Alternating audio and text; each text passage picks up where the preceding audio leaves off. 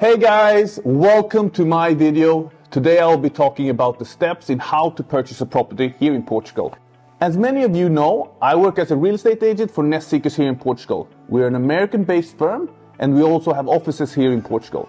I work mostly in the Cascais and Lisbon region. However, I do represent buyers and properties throughout the country. Don't forget to subscribe to this channel if you're interested in the Portuguese real estate market, as I'll share a lot of insights and info about the market, property news, suggestions, and when you're moving to Portugal. So, when purchasing a property in Portugal, you need to consider some of the following things. 1. Make sure that your finances are in order before you start looking for a property. The Portuguese market right now has a low supply when it comes to housing, which means that once you find your house, apartment, investment, you would need to be able to move quickly.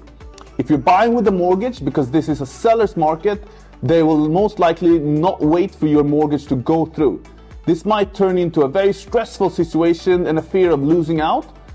As always, I recommend all my clients to get in touch with a mortgage broker who will start the loan process early on, so when you find your property, you're in a position to move forward. 2. Make sure you have all your papers in order. Have your NIF number, which is your tax number, ready, as you cannot purchase or even rent a property without this number. So you really need to have this in order. And make sure you also have your Portuguese bank account already set up. 3.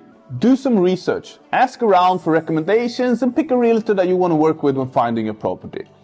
Good to know about the Portuguese real estate market is that if you are buying a property, you will not pay for the real estate agent's assistance. This will be paid by the seller when the deal is made. Also here in Portugal, realtors work across firms and markets, so if a property is listed with another agent, they will be able to share that commission with that broker. And so here in Portugal, you can have your own property assistant to make all the calls, set up all the meetings, negotiate price, and give you expert advice for free.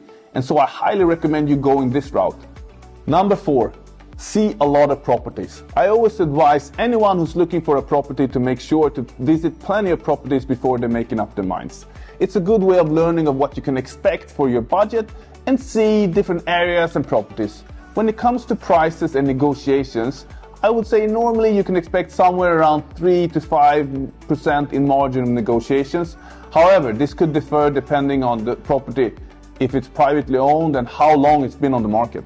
Number 5. When you have found your property, you have agreed on a price, you have your finance in order, now it's time to do the promissory contract, the CPCV.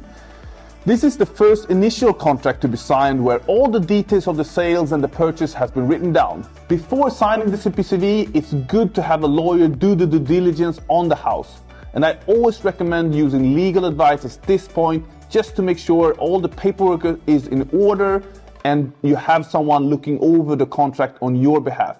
Especially if you are a foreigner and this is your first time buying a house or a property in Portugal and you don't really speak the language. At this phase, it's common for the buyer to pay somewhere around 10 to 20% of the purchase price. However, as always, this is also a negotiation matter. Number 6. Between the CPCV and the deed, this is the time to conduct a property inspection. If you ask me, this is a no-brainer when you're buying a property in Portugal, just to make sure you don't have any unpleasant surprises. 7. The last step, the deed signing. This will be done at the notary's office and all parties will attend. The notary is responsible for all the new documentation and doing the new registry. If you're buying with a mortgage, a bank representative will also be there. Good to know is that you also need to be prepared to pay the taxes directly at the notary's office. The taxes to be paid is the IMT, which is the property transfer tax, and the IMI, which is the property tax and the stamp duty. Check beforehand with your lawyer regarding exact amount you should be expected to pay. Usually one could calculate somewhere around 7 to 8% of the purchase price. That would most likely be the total amount of taxes you would probably need to pay. So that pretty much sums it up. If you're looking to purchase a property here in Portugal, I hope you found this information valuable. If you have any additional questions, feel free to reach out and I would be happy to help you or send you in a direction for someone who could. Don't forget to like, subscribe, comment, do all that stuff, and yeah, see you next time.